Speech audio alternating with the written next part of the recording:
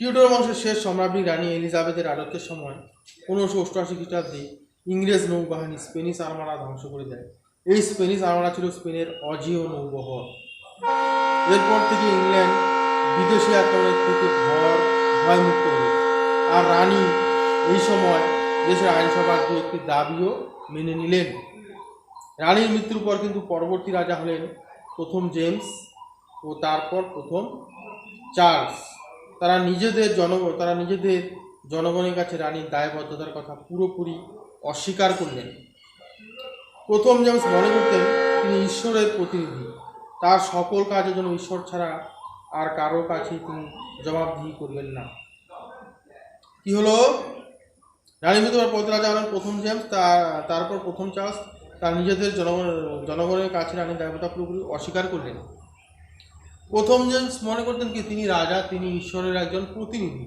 হ্যাঁ, তিনি প্রতিনিধি ঈশ্বর, তিনি তার কাজের জন্য ঈশ্বর ছাড়া কারো কাছে অর্থাৎ জনগণের কাছে তার কাজে কোনো জবাবদিহি করবেন না।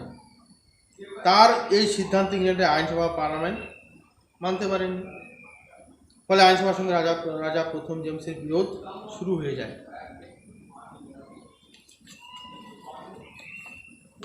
পরবর্তী রাজা প্রথম চার্লস মনে করতেন রাজা নিজের ইচ্ছে মতোই সব কিছু করতে পারেন। ফলে তার সঙ্গে আইনসভার সুতীব্র সংঘাত ঘনিয়ে আসে। সময়টা তখন 1642 খ্রিস্টাব্দ।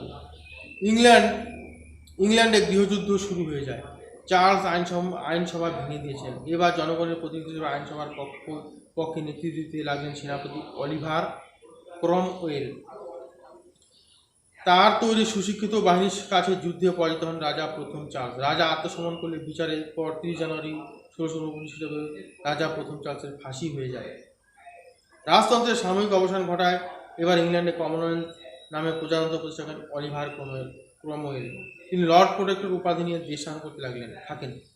এরপর 1658 খ্রিস্টাব্দে ক্রমওয়েলের মৃত্যু হলে দেশের আইন শৃঙ্খলা আবার ভাঙতে শুরু করে।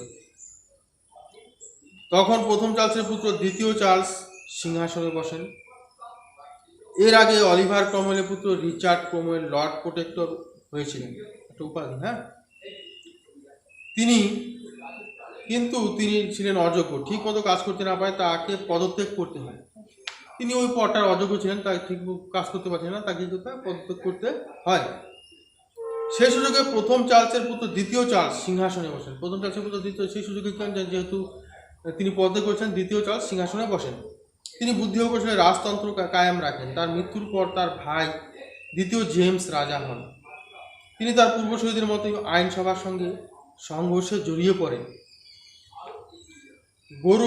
গৌরবান্বিত বিপ্লব। রাজা দ্বিতীয় জেমস ছিলেন খুবই প্রতিহিংসাপরায়ণ ও স্বৈরাচারী। রাজা দ্বিতীয় জেমস খুবই প্রতিহিংসাপরায়ণ ছিলেন, স্বৈরাচারী। ক্যাথলিক ছিলেন তিনি, মানে খ্রিস্টানদের একটা ভাগ আর ক্যাথলিক। হ্যাঁ, দেশবাসীর সঙ্গে তার প্রচণ্ড বিরোধ সৃষ্টি হয়। আইনসভা ও রাজার সঙ্গে বিরোধ শুরু করে ইংল্যান্ডের মানুষ দুটি দলে ভাগ হয়ে যায়। একদল মানুষ রাজার ক্ষমতা বৃদ্ধির পক্ষে রইলেন এবং অপর দল রইলেন আইনসভার ক্ষমতার বৃদ্ধির পক্ষে। দুটো ভাগ হয়ে গেল। একদল হয়েছিল কি রাজা যাতে ক্ষমতা আরও বৃদ্ধি হয়, আর এক দল ছিল যে আইনসভার ক্ষমতা যাতে বৃদ্ধি হয়। এই দুটো দলের মধ্যে ভাগ হয়ে গেল। এদিকে রাজা দ্বিতীয় জেমস বুদ্ধি করে দেশের সব উঁচু পদগুলিতে তার নিজের পক্ষের ক্যাথলিকদের বসিয়ে দিলেন।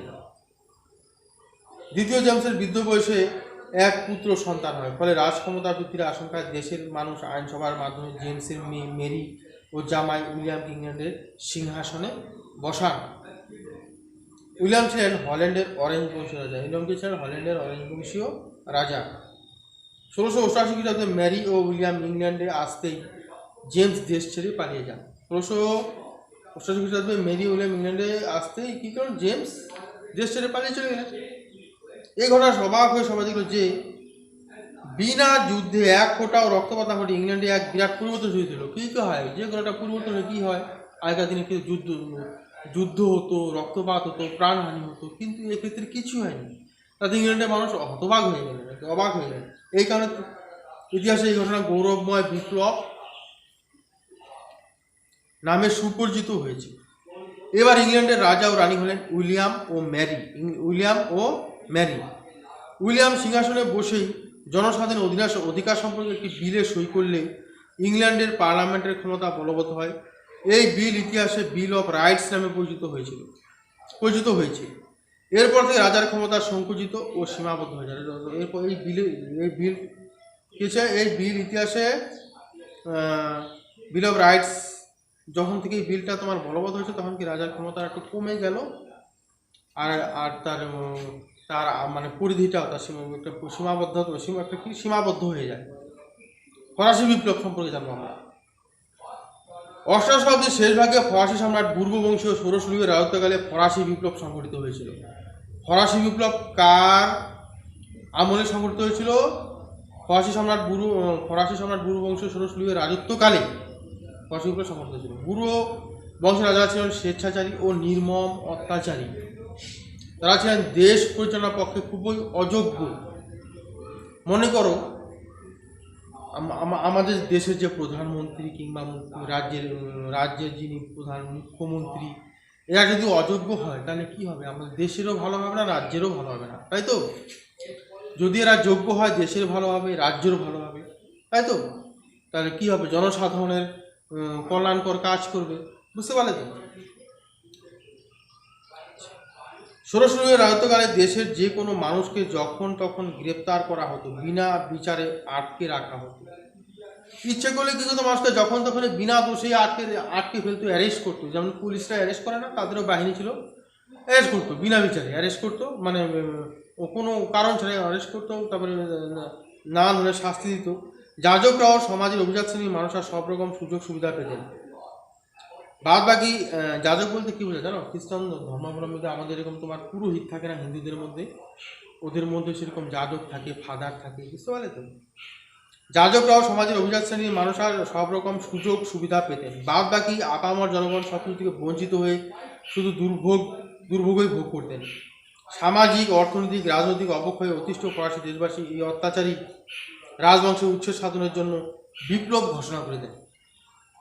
হ্যাঁ, এই বিপ্লবের পেছনে ছিলেন ভলতেয়ার, রুশো, মন্টেস্কু প্রমুখ মনীষীর লেখার বিশেষ প্রভাব ছিল। আচ্ছা, এই বিপ্লবে এই কয়েকজন, আমি এখন তোমাকে প্রশ্ন করি, বলতো দেখি দুজন ফরাসি মনীষীর নাম বলো, কি হবে? Voltaire, Rousseau, Montesquieu. হ্যাঁ, রুশো সাম্য, মৈত্রী, স্বাধীনতা ও জনগণের সার্বভৌমত্বের বিষয়ে লিখে জনগণকে জাগিয়ে তোলেন। তিনি বলেন জনগণের মত নিয়ে দেশের শাসনকর্তাকে দেশ পরিচালনা করতে হবে। যখন আমাদের এখানে হয়, আমরা পঞ্চায়েত ভোট দিই কিংবা বিধানসভার ভোট দিই কিংবা লোকসভার ভোট দিই, তোমরা যখন তোমাদের বয়স যখন 18 হবে তোমরা আরও ভালো করে বুঝতে পারবে, তোমাদের মত তোমাদের ভোটের মাধ্যমে এরা নির্বাচিত হবে, ঠিক আছে? কিন্তু রাজার শাসনে এগুলো কোনোদিনই সম্ভব না, কারণ রাজার ছেলে রাজা হবে, তার ছেলে রাজা হবে, এভাবে বংশগতভাবে আসবে। কিন্তু গণতন্ত্রেতে কি হয়, যে তুমি একদিন মনে করো আমাদের ভারতের বড় একটা মন্ত্রী হতে পারো, শিক্ষা দীক্ষায় তুমি পারদর্শী হও, বুঝতে পারলে তো? আচ্ছা, শাসনকর্তা যদি অত্যাচারী হন, জনগণ উচিত তাকে ক্ষমতাচ্যুত করা। ভলতেয়ার যাজক শ্রেণীর মহাদুর্নীতি বিষয়ে জনগণকে সচেতন করার ফলে সমগ্র ফরাসি সমাজ জেগে ওঠে, বিদ্রোহ ঘোষণা করে মহাবিপ্লব শুরু হয়ে যায়। অবশ্যই 1789 খ্রিস্টাব্দে 14 জুলাই ফরাসি দেশের জনগণ বাস্তিল দুর্গ ধ্বংস করে দেয়। বাস্তিল দুর্গ কত সালে ধ্বংস হয়? 1789 খ্রিস্টাব্দে। বিপ্লবীদের নেতৃত্ব দিয়েছিলেন রোবস্পিয়ার, দাতো, মেরাট প্রমুখ বিশিষ্ট নেতা। সমগ্র ফরাসি বিপ্লব ছড়িয়ে পড়ে, রাজতন্ত্রের অবসান হয় রাজা ষোড়শ লুই ও রানী আতোয়ানেতের প্রাণদণ্ডের সঙ্গে সঙ্গে। ফরাসি বিপ্লবের মূল মন্ত্র ছিল সাম্য, মৈত্রী ও স্বাধীনতা। স্বাধীনতা সারা পৃথিবীতে ছড়িয়ে পড়ে এবং এর প্রভাবে পৃথিবীর শুভবুদ্ধি সম্পন্ন মানুষরা বিশেষভাবে প্রভাবিত হয়েছিলেন। এখন জানবো আমরা রুশ বিপ্লব সম্পর্কে। জার ছিলেন রাশিয়াদের একমাত্র শাসনকর্তা। রাশিয়ার সাম্রাজ্যে কি বলা হয়? জার।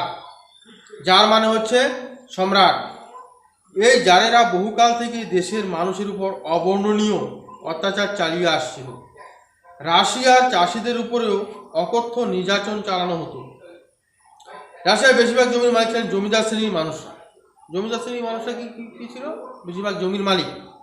কলকারখানায় যারা কাজ করতেন তাদের অবস্থা ছিল খুবই শোচনীয়। এই সময় রাশিয়ায় কয়েকজন মহান লেখকের আবির্ভাব হয়। তারা তাদের লেখার মাধ্যমে জনসাধারণকে সচেতন করেন আর কীভাবে জারের অত্যাচারের বিরুদ্ধে রুখে দাঁড়াতে হবে, একত্রিত হয়ে সমবেত হয়ে আন্দোলন গড়ে তুলতে হবে, তার রূপরেখা লিখে সমগ্র সমাজকে জাগিয়ে তোলেন।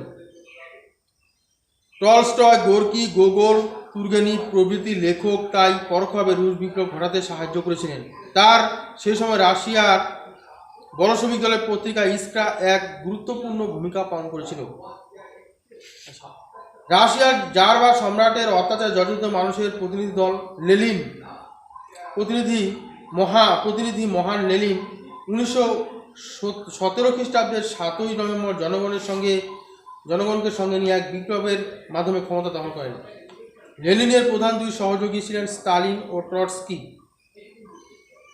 এ বলে অবশ্যই রাশিয়ার জারতন্ত্রের অবসর ঘটে জনসাধারণের সরকার তথা সমাজতন্ত্র প্রতিষ্ঠিত হয়।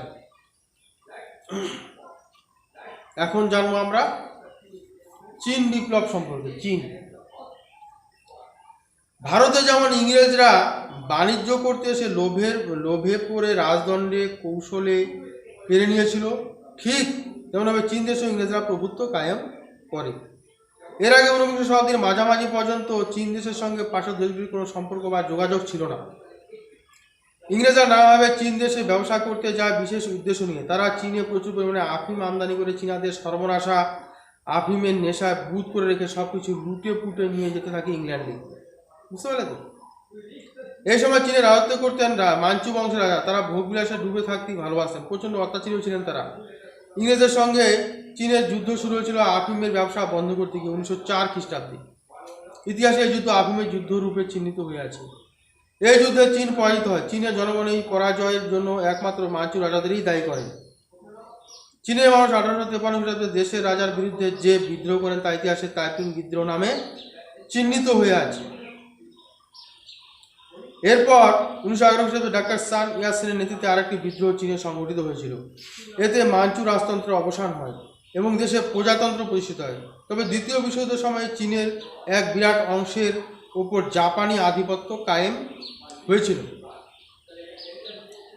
এরপর আবির্ভূত হন কমিউনিস্ট নেতা মাও জে দং। তিনি এবার চীনকে নেতৃত্ব দিতে এগিয়ে এলেন। তার সুষ্ঠু পরিচালনায় লাল ফৌজ নামে এক শক্তিশালী বাহিনী 1934 খ্রিস্টাব্দে শত্রুদের সঙ্গে যুদ্ধ করতে করতে 6000 মাইল পথ পেরিয়ে যায়। বিপ্লবের কেন্দ্র ছিল চীনের উত্তর পশ্চিমাঞ্চলের ইয়েনান নামক স্থানে। মাও জেংয়ের নেতৃত্বে লাল ফৌজের এই অভিযান ইতিহাসের লং মার্চ নামে খ্যাত হয়ে আছে। অবশেষে চীনে গণপ্রজাতন্ত্র স্থাপিত হয় 1949 খ্রিস্টাব্দে 1 অক্টোবর। প্রথম চেয়ারম্যানের আসন অলঙ্কৃত করেন মাও জে দেং স্বয়ং এবং প্রথম প্রধানমন্ত্রী হন চৌ এন লাই। তো আমরা এই চ্যাপ্টারটা পড়লাম। শোনো, তোমাদের একটা কথা বলছি আমি। তোমাদের তো আমি একটা সাজেশন দিয়েছি, যে এখানে দেখো, এখানে তোমাদের আমি একটা সাজেশন দিয়েছি। প্রথমেই তোমাদের বইয়ে পৃষ্ঠা পাবে এই চ্যাপ্টারগুলো থেকে আসে না, এই চ্যাপ্টারগুলো তোমরা পড়বে। এখান থেকে শর্ট প্রশ্ন, তারপর তোমার 2 নম্বরের প্রশ্ন, এগুলো সব করবে। হ্যাঁ, শূন্যস্থান, এগুলো সব করবে। আর আমি যে কিছুদিন আগে একটা তোমাদের একটা সাজেশনের মধ্যে দিয়েছি, কিছু গুরুত্বপূর্ণ প্রশ্ন, বড় প্রশ্ন, টিকা যা দিয়েছি না এর মধ্যে, ওগুলোর মধ্যে থেকেই থাকবে। আর ছোট প্রশ্ন, তারপর শূন্যস্থান, এক কথায় উত্তর দাও, হ্যাঁ, এগুলো তোমরা সব করবে। বুঝতে পারলে তো? আর একটা চ্যাপ্টার তোমাদের বাকি হলো, দেশে দেশে স্বাধীনতা সংগ্রাম।